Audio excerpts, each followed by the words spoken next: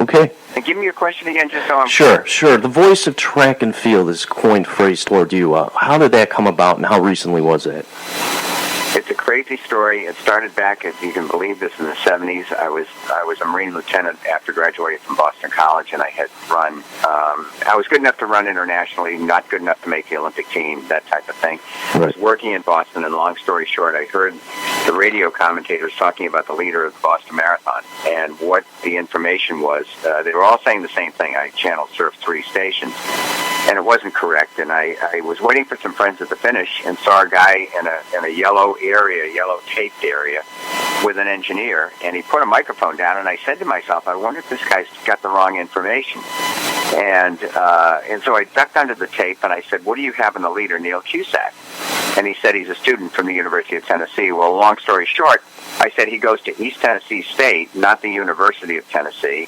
He's overaged by a couple of years, and he's not just a student off the campus. He's the national collegiate champion this year in cross country, and he's not an American. He's from Ireland. And the guy looked at me like I got 5 heads, and then kept firing questions at me. How do you know this? Where are you from? Where did you run? Do you still run? All that stuff. And I just kept answering the questions, and the engineer looked at him and said, you're back in the air in 10 seconds. And he paused for a second, and he said, what's your name? And I said, Larry Rawson. And he said, we're here with Larry Rawson. Tell us about the leader, Neil Cusack. And that started everything. That was the first thing that ever happened, and we did 7 minutes back and forth. And a funny thing happened. He threw it to commercial, and he was very composed in those 7 minutes. And he grabbed my forearm. He actually put his hand on my forearm, and he looked at me with fear in his face. And he said the following. I never forgot it. He said, please don't go anywhere. I don't know what I'm doing. I'm an engineer. We ran out of commentators all over the marathon course.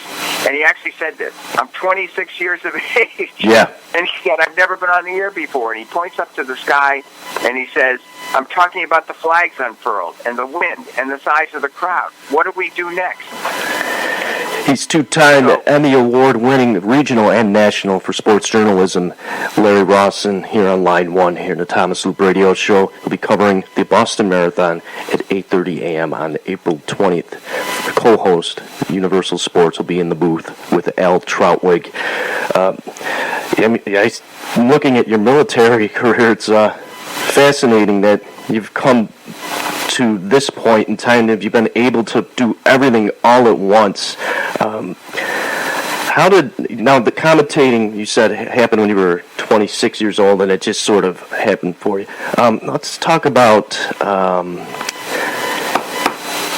how long before you became established as an on-air personality at a permanent level or quasi-permanent level or whatever. Actually, Thomas, it's actually still part-time. I've had a career in Wall Street, and that's been the focus, but nice. I do jump on planes weekends. And, to your point, in 1977, a few years later, Public Broadcasting had heard my radio stuff and called me up and said, come on over, we'd like to do a couple of track meets. We've got to find them. Can you help us find them?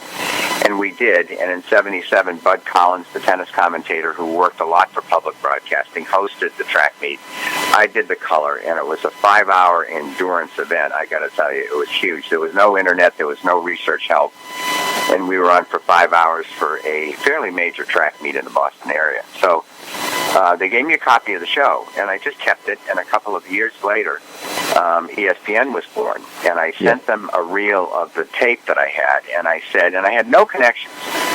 I didn't know anybody, and I said, if I can help you in track and field, here's an example of what I do, and if you like it, feel free to give me a call. 6 months later, they gave me a call and said, we'd like you to do our 3 events in 79, 80. It was 1980, I think.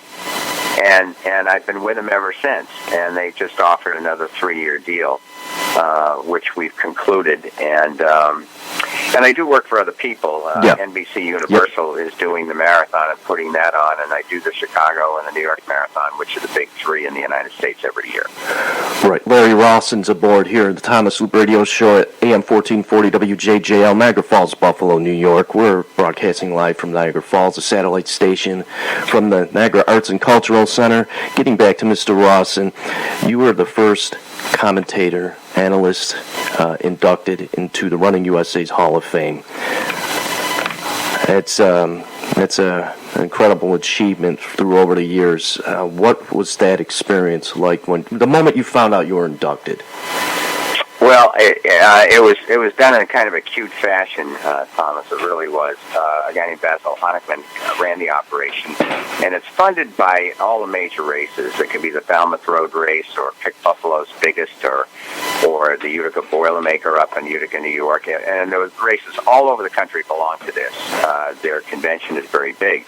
And, of course, Boston, New York, Chicago, Los Angeles, you name the marathons, they're all part of it. And so it's a very big umbrella. It is the organization. And he just said, he called me up and he said, I'd love to have you come out to this convention. And I said, I haven't been out regularly, but I've come out on occasion to the convention.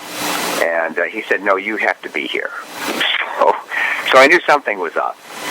And it wasn't until I got out there that he said, we're inducting you into the Hall of Fame, and we've never inducted a commentator before. So it was a great honor, and it's funny, I had helped, and I didn't even think anything of it at the time. A guy who was the master of ceremonies and has become the voice of the major triathlons in the United States. And long story short, he just starts paying me these wonderful compliments of how much I helped him, and it all came down to one phone call. And we strategized and went over and kind of came up with a plan of him wanting to leave his job and see if he could make a living at what he loved, and it worked out beautifully. So it was just a very memorable night. It was in San Diego, and just a great time in 2008. And, I'm at my stage of the career where wonderful things like that happen. The Penn Relays, which is a legendary event. Yeah.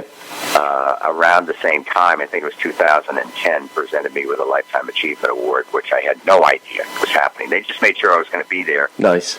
And then the meet director said, come to a dinner. You and I are going to grab something afterwards. And at the dinner, with all the officials and everything there, it was very nice. These points in time in which you were told, without having been told, you should attend this dinner, but not having told why, were any of these on the point of your birthday? Or just No, it really was not. And it was just whenever the conventions were held. Right. Larry Rawson is live with me here at the Thomas Hoop Radio Show. I'll be covering the Boston Marathon. He is co-host. He is the analyst for Universal Sports on that day, April 20th at 8:30 a.m.